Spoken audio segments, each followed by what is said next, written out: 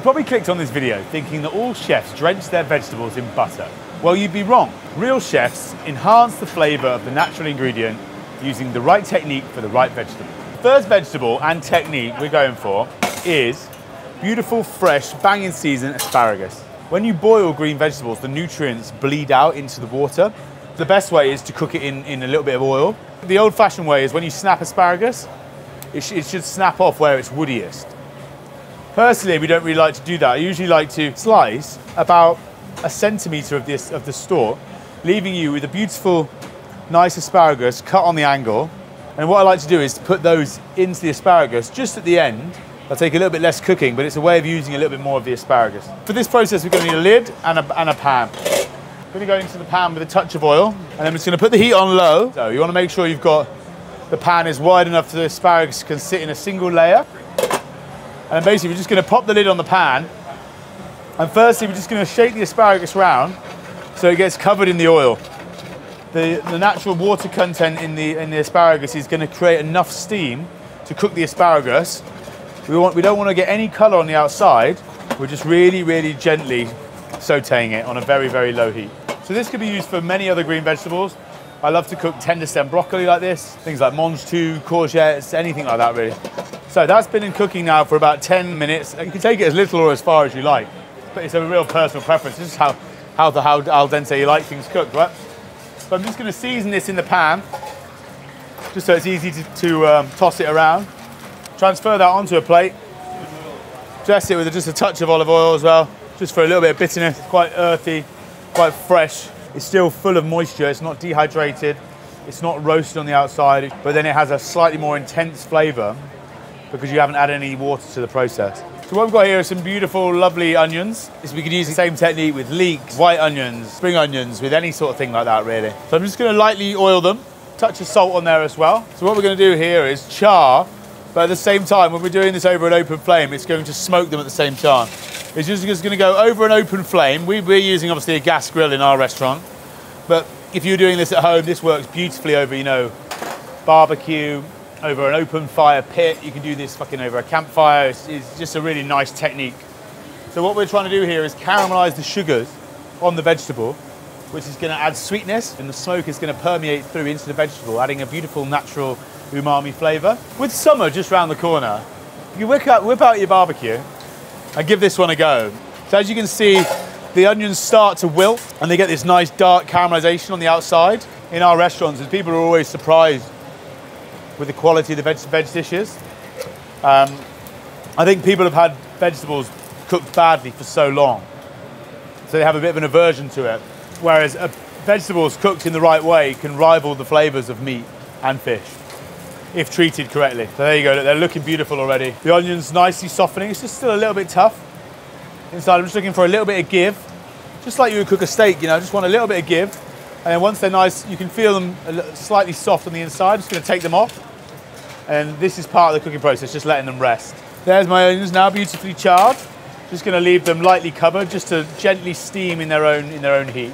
Some of the bigger ones took maybe about 6-7 minutes, the smaller ones about 4 to 5. So then I'm just going to gently just peel off the charred skin. Well, the time you want to rest them till is just until they're hot enough so that you can touch them really. You know, when they're just off the grill, they can be quite hot. So as you can see, the onions just slightly steamed on the inside. So once you've peeled those off, you get a very soft, sweet interior. And then you can either chop these up, mix them through salads, use them as garnishes on dishes. And then we just added a little bit of oil, salt and pepper. You could add a lovely mustard dressing to this. Again, something that's not going to overpower the onion. So our next technique is about cooking a vegetable in its own liquid to intensify that natural flavour. So I've got some lovely, beautiful bunched carrots. So I'm just cutting them all down into a similar size, thicknesses and shapes, so that they cook evenly and I get a nice bite, consistent throughout the whole pan. A bit more of a fancy technique, I'd say, for want of a better word. And we're going to cover these in carrot juice. This is freshly squeezed carrot juice. Almost just lightly poach them in their own juice. My carrots have been cooking now for about 20 minutes, maybe a touch less. Just like you're just going to cook them like you would boil normal carrots. So then I'm just going to remove them from my carrot stock. Nice and sweet, nice and tender. as they are, delicious. So as you can see, that carrot juice is reducing down nicely. So then I'm just going to mix them through that emulsion and just really gently rotate them round. So this is carrot on carrot, carrot overload. That doesn't make you see in the dark, nothing will. So the next technique we're doing is mushroom. So this technique is all about roasting. It's going to cook out the natural liquids in the mushroom and dehydrate them and let the natural sugars in the mushrooms caramelize. The high heat is going to evaporate the water inside, caramelize the outside of the mushrooms, intensify the flavor without the need to use lots and lots of fat. That way the mushroom is going to be crispier, it's going to be slightly drier, and then make them nice and crispy. So a lot of people with mushrooms would cook them low and slow in a big pan, overcrowded. And by doing that, basically the mushrooms are boiling and sitting in their own juice. And that's when people get that like slimy texture that they don't really like with mushrooms. But when you roast the mushroom on a high heat, you're getting the opposite effect. So on here, I've just put a very light spice mix. This is just something we do as one of the dishes in the restaurant for a mushroom skewer. Yeah, and just a little bit of oil.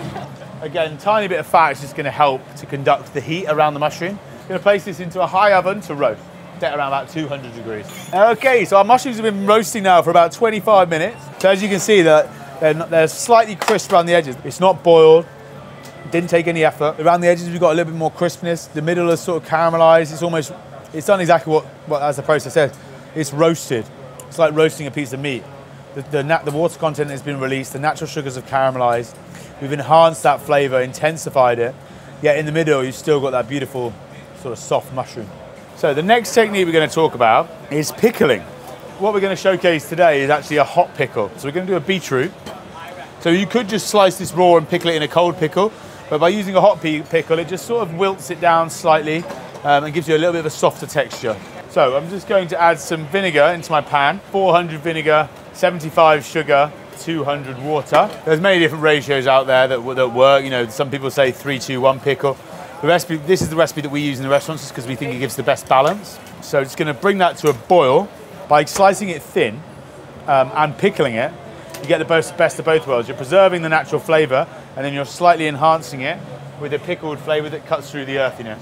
You can do it with red onion, white onion, shallots. You can do it with cucumber, cauliflower, fennel. Pour over that pickle. Whenever you're pickling anything, you really want to give it 24 hours. So I would just leave that to cool at room temperature. After it's cooled down, I then just wrap it and pop it into the fridge. These are some that we took out of the fridge that we did yesterday. So as you see, they're now like nice and soft, and you can sort of dress them on top of salads. They're a little bit more flexible. They've still got a little bit of natural texture in there, but they've got a little bit less of a bite to them. Sweet, acidic, still has that earthiness of a beetroot. Still got enough of a bite. It's giving you a little bit of texture when in your intended use. Lovely in salads, you get little different textures of crunch. You pop it on a nice fresh fish dish, you're going to get a little bit of acidity, a little bit of earthiness. Delicious. Right, so next ingredient, next technique, confit. One of our most popular dishes on the menu. So this technique, we've altered slightly just to show you how you can produce this at home. People don't expect cabbages to taste nice, but when treated correctly, cabbages are fantastic. So I'm just going to cut my cabbage into wedges. Traditional confit takes hours and hours and hours. So by cutting it into wedges, you're just obviously quartering the cooking time, depending on the size of your cabbages. I'm just going to put this on a heat and just colour the outsides lightly, just develop a little bit more flavour on the cabbage. Adds to the sweetness, caramelizes it slightly. And I'm just going to then add some butter to the pan, off the heat. Wow. So just going to add a couple of spoons of water.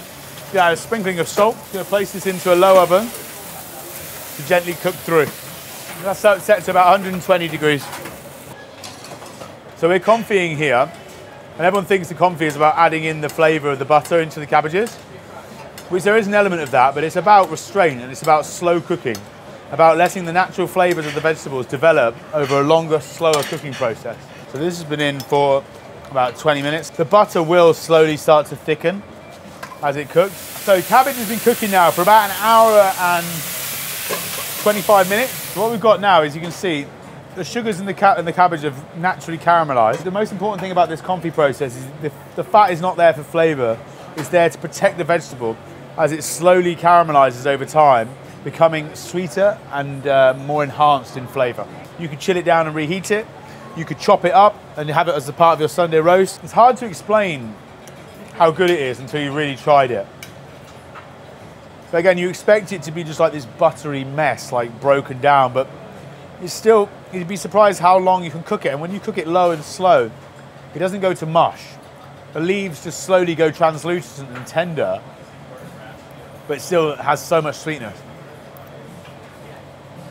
So this technique here is probably one of the most classical techniques, one that's probably used the most all around the world. It's blanching. So I'm going to show you it with broad beans and peas. So first of all, I'm just going to de-pod my vegetables quickly. So blanching is the process of shocking the vegetable in boiling water. Now the reason most restaurants would use this is purely because of to speed up their services, because it means you can pre-prepare your vegetables, cook them halfway, meaning that during your service period, you can, finish your food quicker. This does have a benefit to the flavour of the vegetable as well, because it locks in the nutrients. Most green vegetables are going to be better cooked fresh without any water. Blanching process is sort of, yes, it's still in water, but it's a short, sharp shock to the vegetable to start the cooking process, but still retain the nutrients and the flavour within inside the vegetable. And we've got the broad beans as well, so just de-podding those. For the blanching process, I got my ice water and I got boiling water here. I'm going to go in my broad beans first for about 45 seconds. It helps to keep the vegetables sweeter, helps to keep their colour, which is all about the presentation for the guest. But if you have 10 people coming around for dinner, you can pre-blanch all your vegetables, keep them nice and green, and get a little bit ahead for the evening so you're not so stressed out. Just going to remove them from the boiling water, plunge them into the ice water. The ice water is key because it's going to help to retain that colour. And then next I'm going to go in my peas and do exactly the same process. So, there you have it. We blanched our vegetables. Going to let those cool down nicely. As you can see there, the peas have gone from from a lovely sort of like a matte green colour to now a beautiful, vibrant, almost like Captain Birdseye, petit pois, bright, vivid green colour. Just that quick 45 seconds there has just locked in that colour on the broad bean, just making it look nice and vivid green. We'll put a touch of lemon juice in there, some salt, pepper, and just coat the peas in a little bit of butter. So again, just got my pan on a low heat.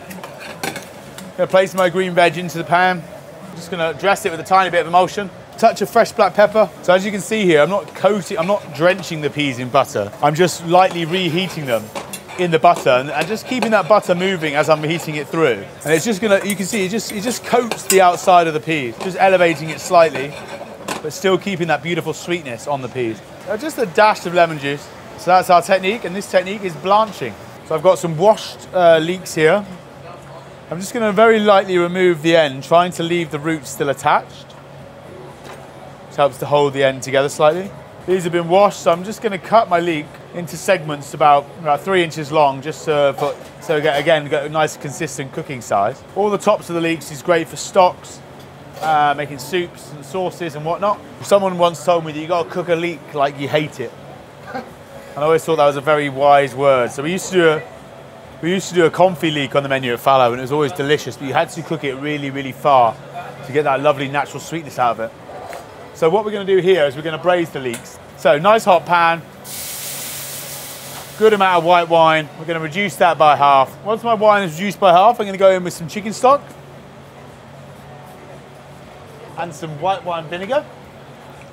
And then we're going to taste and season our liquid after that. So I'm going to turn my heat down now on my stock. I'm going to go in with my leeks into my Barigoule. I'm then going to go in with a few aromatic herbs just to help accentuate the flavour. I've got a nice clove of garlic here. Again, not enough to overpower it, but just a little bit, just to add a little bit to the stock. I've got a little bit of thyme. So I'm just going to cover my leeks with a cartouche. So folding our paper over. So then in a classic Barigoule style, I'm just going to put a plate on the top just to keep the leeks submerged and leave that ticking over on a nice low heat. So my Barigoule has been cooking now for about 30 minutes. One of my favourite things is the smell of a Barigoule. So the leeks are nicely cooked. Just going to remove them from the stock. Now what you could do with these is let them cool down in the stock. And then just a few twists of black pepper as well. You can see with the greener part of the leeks, it sort of starts to discolour. So it wouldn't work for things like broccoli or peas, beans, anything like that. Very light, aromatic. Balances really well with that allium flavour of the leek. Delicious.